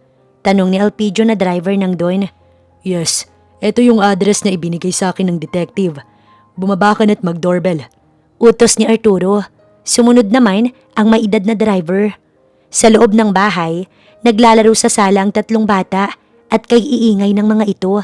Naroong maghabulan, may hagik-hikan at may kasama pang tili. Teka, hindi pa tayo kasal, Gavin. Kailangan bang lumipat na ako sa kwarto mo ngayon din? Reklamo ni Eliza nang sabihin nito na magsasama sila ngayong gabi sa isang silid. Katunayan ay iniisa-isa na ni Gavin ilabas ang kanyang mga gamit. Ano naman kung hindi pa tayo kasal, Eliza? We love each other. May mga anak tayo. And besides, na-miss ko yung nangyari sa hotel. Siguro naman ngayon pwede na. Sumilay ang pilyong ngiti sa labi ni Gavin. Anong pwede na? Hindi mapigilang matawa ni Eliza. Kinikilig siya kay Gavin. Ngumuso ito bago humakbang palapit sa kanya. You know what I mean, Eliza? It's just something like this. Bigla na lang siyang kinabig ng lalaki at mahinang isinandal sa pader habang unti-unting pinagdidikit ang kanilang mga labi. Sa unay naging banayad ang halik ni Gavin sa kanya, pero kalaunan ay naging malalim. Unti-unting natatangay sa kalawakan ng kanyang isipan. Lumalakas ang kabog ng kanyang dibdib hanggang sa naghahabol na siya ng hininga. I love you, Eliza. Bulong pa ni Gavin sa gitna ng paghalik. Tila ba musika iyon sa pandinig ni Eliza? Wala silang pakailam sa kaguluhan sa baba kahit marinig nila ang hiyawan ng kanilang mga anak na naglalaro. Sa baba naman, nagtatakang napatingin ng gwardya nang mapagbuksan ang taong nag-doorbell sa gate. Sino sila? Tanong nito. Nilingon ni Elpidio ang amo at inintay na bumaba sa loob ng sasakyan. Paglapit nito, mabait na nagpakilala. Pwede bang makausap ang anak kong si Gavin? Sabihin mo daddy niya to. Wika ni Mr. Sebron. Tumango naman ang gwardya at pinapasok ng gate ang bagong dating. Dinig ni Mr. Sebron ang masayang boses ng mga bata sa loob, kaya naman na-excite siyang makita ang mga apo. Kung sana, noon niya pa na lamang magkakaapo sa babaeng nakasama ni Gavin. 7 taon nang lumipas, baka siya pa mismong nagpahanap sa babae. Ang kaso lang, pinakinggan niya ang asawa. Kaya sana hindi pa huli ang lahat. Sana mapatawad pa siya ni Gavin. Sir, naririnig niyo ba yun? Tanong ni Elpidio sa kanya. Oo, naririnig ko ng mga apo ko. Nakatawang sagot ni Mr. Sebron. Naniniwala ho ba kayo sir na kapag malakas ang genes ng mga lalaki, sa lolo nagmana? Tanong pa nito sa kanya. At ipupusta ko ang isang buwang sahod ko. Panigurado sir, kamukha mo ang isa sa mga triplets. Sige, kapag kamukha ko ang isa sa mga apo ko, dodoblehin ko ang bonus mo sa Pasko. Tuwang-tuwa naman si Elpidio dahil uuwi siya sa kanyang pamilya ngayong Pasko. Sinabi mo yan sir ha? Aba, mukha ba akong sinungaling? Paghahamon ni Mr. Sebron. Wala akong sinabi sir, basta usapan ay usapan. Naputol lamang ang kwentuhan ng dalawa paglabas ni Gavin sa pinto na magkasalubong ang kilay. Nawala na rin ang ingay sa sala na naririnig nila kanina. Dad, kung naparito ka para manggulo, makakaalis ka na. Galit na galit si Gavin. Hindi na siya nagtataka kung paano nito natuntun ang tinitirahan niya. Ginamit nito ang kapangyarihan sa pera ng kanyang ama. Malungkot na tumingin si Mr. Sebron sa anak. Gavin, alam kong hindi mo ko paniniwalaan, pero nang mabalitaan kong may apo na ako, sinikap kong matuntun ka. Para ano dad? To ruin my family? Putol ni Gavin sa sasabihin ng ama. No, of course not. Gavin, I came here to apologize. I'm sorry. Hindi ko dapat ginawa yun sa'yo. Nagkamali ako. Please forgive me. Halos maiyak si Mr. Sebron. Nakadama pa nga si Elpidio ng awa sa amo.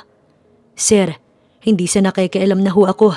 Pero araw-araw kaming magkasama ni Sir Arturo talaga namang nagsisisi na siya. Kahit isang pagkakataon lang naman pwede niyo siyang patawarin.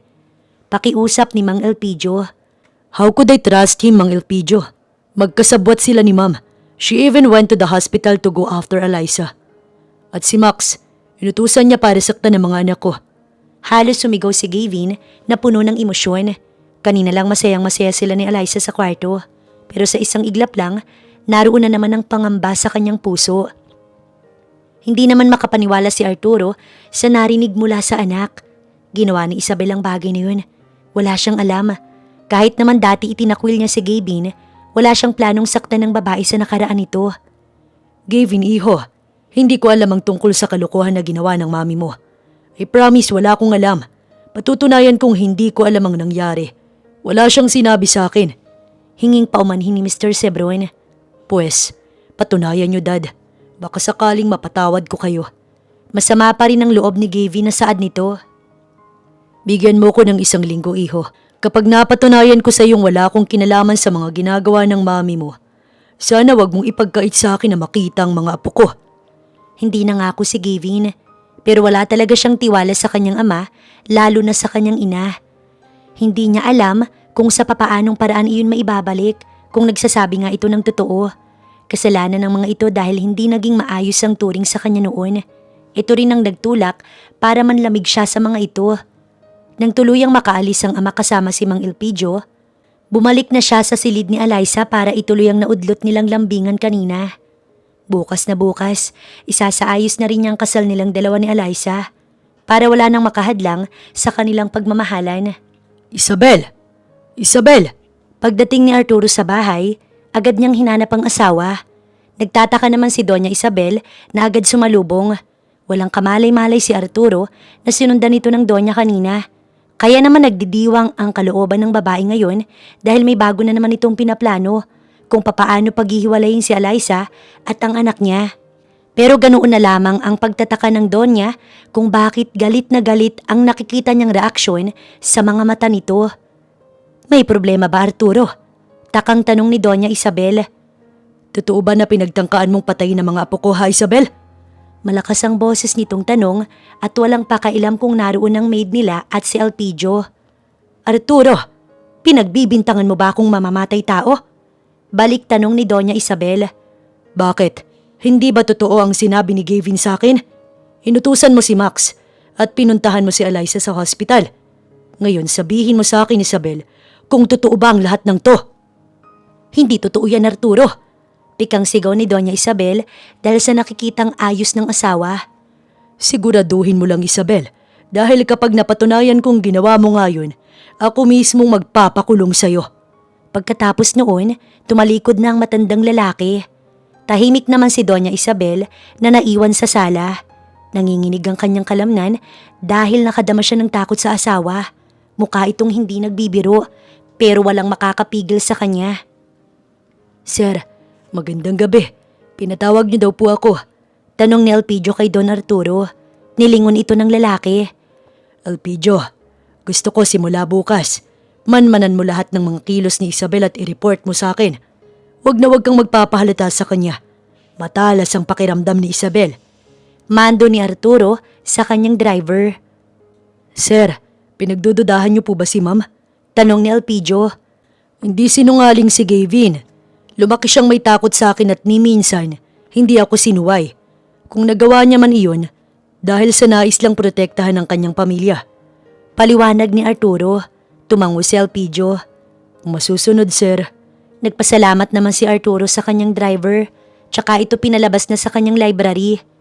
Katulad nga ng sinabi ni Gavin, ay inasikaso kaagad nila ni Eliza ang kanilang simpleng kasal. Hindi ingrande, dahil sa west lang naman at madalian. Ang mahalaga sa kanila ay naikasal silang dalawa at magsasama bilang mag-asawa. Ang tanging saksi lang nila ni Eliza ay ang kaibigan nitong si Desa, ang driver niya, si Manang at ang 3 yaya. Pagkatapos ng kasal ay sa bahay ng selebrasyon. Nauna na rin ang mga ito sa kabilang sasakyan kasama ang triplets, habang ang mag-asawa ay sa bukod na kotse. Habang pauwi, masaya pang nag-uusap si Eliza at Gavin nang bigla na lang may sasakyang huminto sa kanilang unahan at hinarang ang kanilang sasakyan. Na tila mga kidlat na bumaba sa kotse ang lula noon. Gavin, takot na bulalas ni Eliza nang biglay lapitan sila ng 2 lalaking may hawak na baril.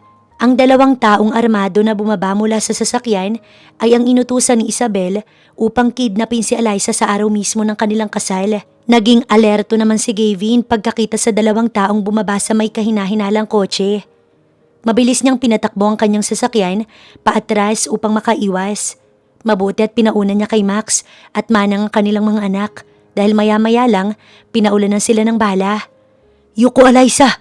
sigaw ni Gavin nang pagbabarilin sila at dahil hindi bulletproof ang kotse, tumagos ang bala. Natamaan si Eliza sa braso bago pa ito nakayuko. Mabutit daplis lamang. Subalit mabilis na umaribang sasakyan at sila'y sinundan. Napamura sa inis at pag-aalala si Gavin para sa asawa. Habang halos palipa rin ang kanyang sasakyan dahil sila'y sinusundan. Ang isang kamay, kinapa niyang cellphone, tumawag ng pulis. Natitiyak niyang magulang niyang may pakana nito. "Gavin, anong gagawin natin?" Umiiyak si Eliza sa takot habang nakatago sa puwang dumudugong braso. Nadungisan na ng dugo ang suot nitong pangkasal. Awang-awa si Gavin. "Huwag kang mag-alala. Tumawag na ako ng pulis. Heto, itali mo sa sugat. Dadalhin kita sa hospital. Pero iligaw muna natin sila." Halos kalahating oras silang nakipaghabulan. Kalaunan, may dumating na isa pang kotse at hinarang ang sasakyang humahabol sa kanila. At kilala niya ang kotse ng kanyang ama. Biglay na ipreno ni Gavin ang sasakyan pagkakita sa sasakyang yon. "Si Dad," sabi niya kay Eliza. "Anong ibig mong sabihin? Anong daddy mong nagutos nito?" Umiiyak nitong tanong. Umiling si Gavin. "I think si Mami ang may utos nito." Nakita niya rin ang paparating na patrol ng mga pulis na marahil iyon ang kanyang tinawagan at huli ang 2 lalaking namaril sa kanila ni Eliza. Maya-maya ay lumapit sa kanila ang kanyang ama na nag-aalala.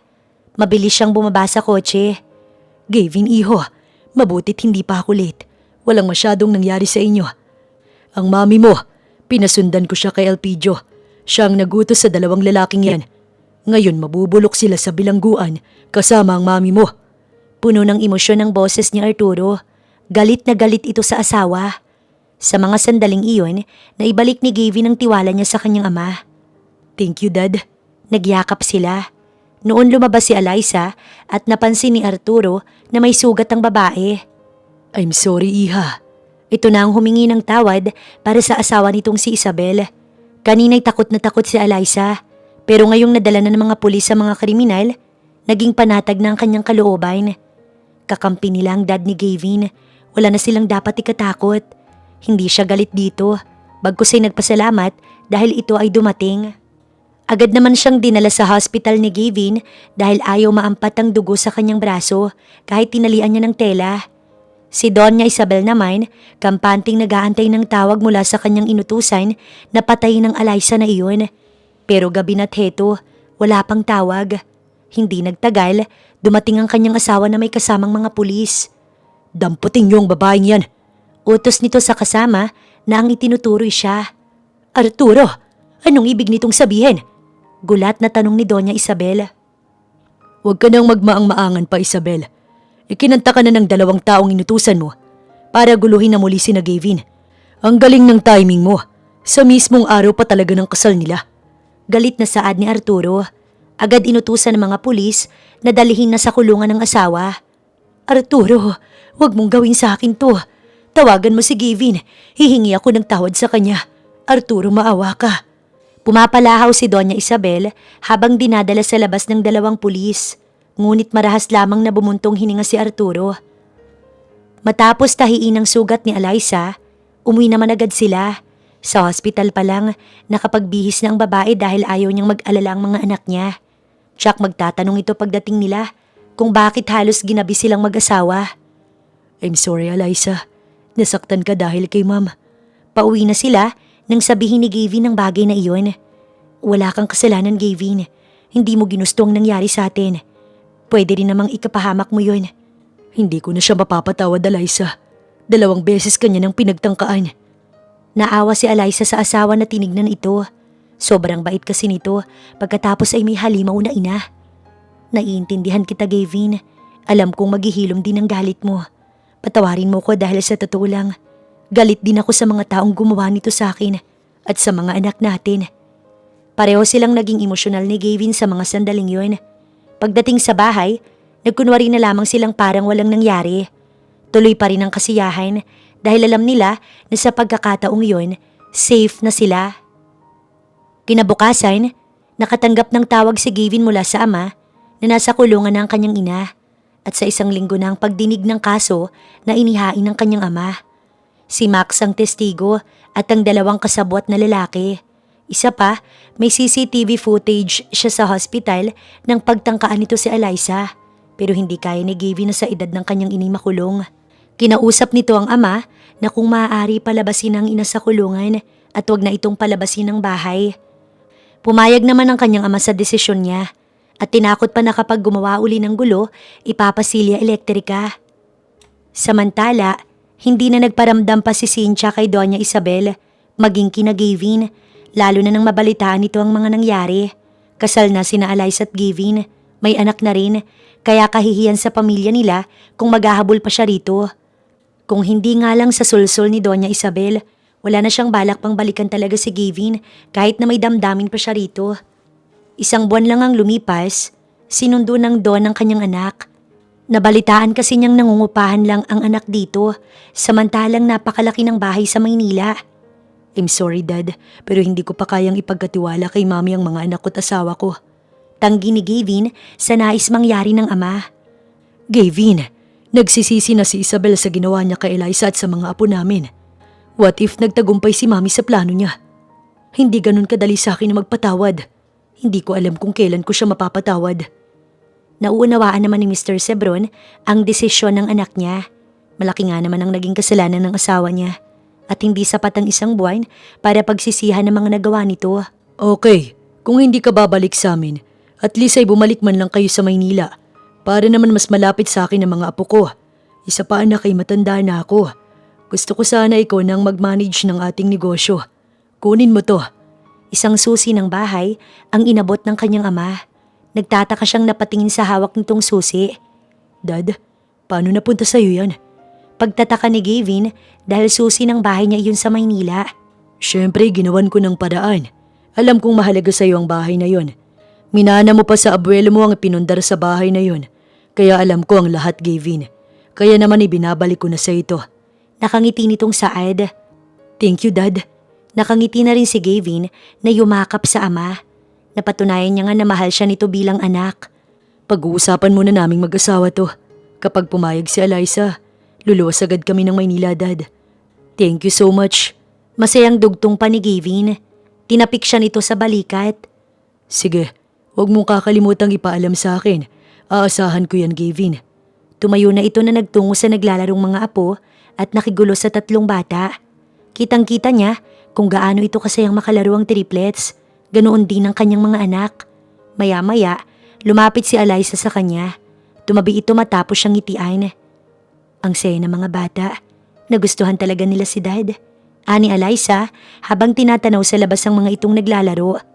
Tama ka, Eliza. Nga pala, gusto ni Dad na bumalik tayo sa Maynila at tinubos pa niya ang bahay na binenta ko para umuwi tayo. And he wants me to take my position again in the company. Would you agree kung sakaling bumalik tayo? Medyo alanganin si Eliza na sagutin ang desisyon ni Gavin. Hindi pa siya nakaka-recover sa takot na ginawa ng mami nito. Pero alam din naman niyang hindi sila mabubuhay rito. Lalo na kung nasa Maynila ang magandang opportunity. Wala sila parehong trabaho rito sa probinsya. At hindi pa nasisimula ni Gavin ang nais nitong negosyo. Kaya pumayag na din siya. So suportahan lamang ang asawa kung anong gusto nitong mangyari. Total ay alam naman ng asawa kung anong makakabuti sa kanila. Hindi na rin naman siya nag-alala pa dahil kakampi nila ang ama nito. Kaya naman kinabukasan, maaga silang nag-prepare para sa kanilang pag-alis. Mabuting at hindi pa nakakabili si Gavin ng maraming gamit sa bahay. Kaya tanging damit lamang ng mga bata ang kanyang inayos. Nang maihanda ang gamit ng mga anak, inihanda na rin niyang sa kanila ni Gavin. Kinahapunan ay siyang pagbalik nila sa Maynila. Dasal ni Eliza na ligtas sila sa pagbabalik nilang ito, malapit sa ina ni Gavin. Daddy, saan po tayo pupunta? Tanong ni Krina habang nagbabiyahe sila pabalik sa Maynila. Mga bata lang ang kasama nila sa isang kotse at sa kabila naman sina Manang at ang 3 yaya habang si Max ang nagmamaneho. Yes, anak. At doon na rin kayo mag-aaral sa pasukan. Gusto niyo ba yun? Tanong ni Gavin. Ako, Daddy, gusto ko po basta po magkakasama tayo ni na inay. Sabad ni Luna. Kulang na lang, lumipat ito sa unahan ng kotse kung nasaan si Eliza. Tahimik si Divine pero nakangiting nakikinig lang. Hindi na tayo magkakahiwa-hiwalay mga anak. Bagkus, magdadagdag tayo ng members of the family. Sinong gusto ng kapatid? Tanong ni Gavin. Lahat nagtaas ng kamay at sumagot ng ako na ikinalawak ng ngisi ni Gavin. Okay kids, next year may kapatid na kayo. Tila ba nakasisigurong saad ni Gavin? Nagsigawan ng 3. Tahimik lang si Eliza sa kinauupuan, bagaman nakangiti. Matapos nilang lumipat sa Maynila, ay naging normal naman ang buhay nilang mag-asawa. Nasa pamamahala na uli ni Gavin ang kumpanya ng ama, bagaman umaalalay pa rin ang kanyang biyanan sa anak nito. Kamusta ang trabaho? Salubong niya kay Gavin nang umuwi itong gabing-gabi na. Halatang pagod, hinagkan siya ng asawa sa labi. Okay naman, marami lang akong ginawa sa opisina. Hinubad nito ang polo. Siya naman, kumuha ng malinis na towel sa drawer at inabot sa asawa. Thank you. Sabi nitong tinalikuran siya at tinungo nito ang banyo.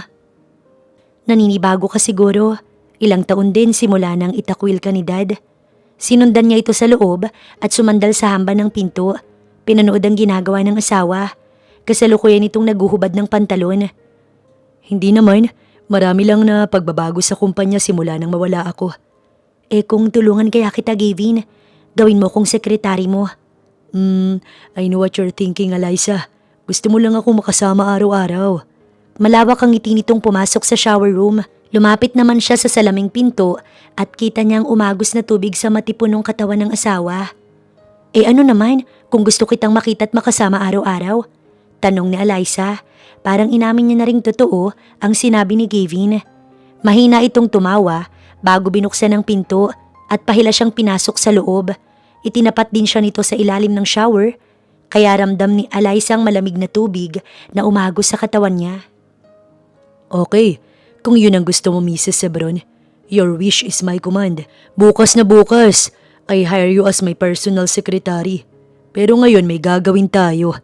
Pagkasabi nito, ay inilapat ni Gavin sa kanyang labi nito. At saksi ang banyo sa pinagagagawa nilang dalawa sa loob. Hay nako, salamat naman at lumipat na kayo dito sa Maynila, no? Hindi ko kayo madalaw doon nung nasa probinsya kayo. Namimiss ko tuloy itong mga inaanak ko. Masayang sabi ni Des at niyakap sa isa ang kanyang mga anak at pinugpog ng halik. Ilang buwan na rin ang lumipas simula nang lumipat sila. Naging busy na sila pareho ni Dessa sa trabaho at siya bilang ina ng triplets. Na-miss niya rin ang kanyang best friend na naging karamay sa lahat ng oras noong mga panahong hirap na hirap sila sa buhay, noong inuulan siya ng pagsubok. Kahit papaano ngayon, nakakabawi na siya. Katulad sa nalalapit nitong kasal sa nobyo at sagot na nila ni Gavin ang venue, pambawi sa mga nagawa nitong tulong sa kanya noon. Sakto ding nais nilang magpakasal uli ni Gavin sa simbahan. Kaya sabay silang ikakasal magkaibigan sa susunod na buwan. Oo na, siya nga pala, dito ka na maghapunan at nagpaluto ako kay Manang ng kare-kare. Anya, sakto't walang pasok kaya sila'y nakapag-banding. Maraming napag-usapan habang si Gavin kasama ang kanilang mga anak sa pool dahil nag-ayang mag-swimming. Wow, kare-kare, alam na alam mo talaga ang gusto ko, no? Pero syempre, tatawagan ko si boyfriend para dumaan dito. Hindi kasi talaga ako makakain ng hindi kami sabay. Maharot nitong sabi. Makikitang kinikilig ang kaibigan niya na talaga namang in love. At nakangiti din siyang pinagmamasdan ng kanyang best friend. Dahil ngayon, kapwa na sila masaya kasama ang mga taong mahal. At nang dumating nga ang araw na yon, para sa kanila, sobrang saya ng dalawang couple. Masasabing siya na ang pinakamaswerteng nilalang sa mundo. Dahil nakatagpo siya ng taong tapat na magmamahal sa kanya. Yung 2 beses siyang pinakasalan ay masasabi niyang si Gavin na talaga ang lalaking nais niyang makasama habang buhay. Ilang taon na rin ang lumipas nang magkaharap sila ng biyanang babae. Marami nang nangyari sa buhay nila. Hindi na ganoon kabigat ang nararamdaman niya para sa ginang. Pero naroon pa rin ang munting duda na baka maulit ang nangyari dati. Kasalukuyan ang nasa private school ang kanyang mga anak sa ngayon na kahit abala silang mag-asawa sa trabaho, sinisigurong may sapat na oras para sa mga anak nila. Huminto lang siya sa trabaho nang siya'y mabuntis ulit. Talagang napag-usapan na nila iyon ni Gavin na susundan na ang 3 bata. Kaya walang mapagsidla ng sayang nararamdaman nila. Para kay Eliza, lahat ng paghihirap na pinagdaanan noon ay natumbasan na ng saya ngayon. Inulan man siya ng pagsubok, nalagpasan iyon sa tulong ng Diyos. Hindi siya nawalan ng pag-asa, kahit na ilang beses pang nalagay sa bingit ng kamatayan ng buhay niya. Naroon pa din ang Diyos upang umalalay sa kanya. Kaya naman ngayon, tanging saya na lang ang kanyang nararamdaman sa taong hindi niya inakalang darating sa kanyang buhay. At dito nagtatapos ang love story ni Gavin at Eliza.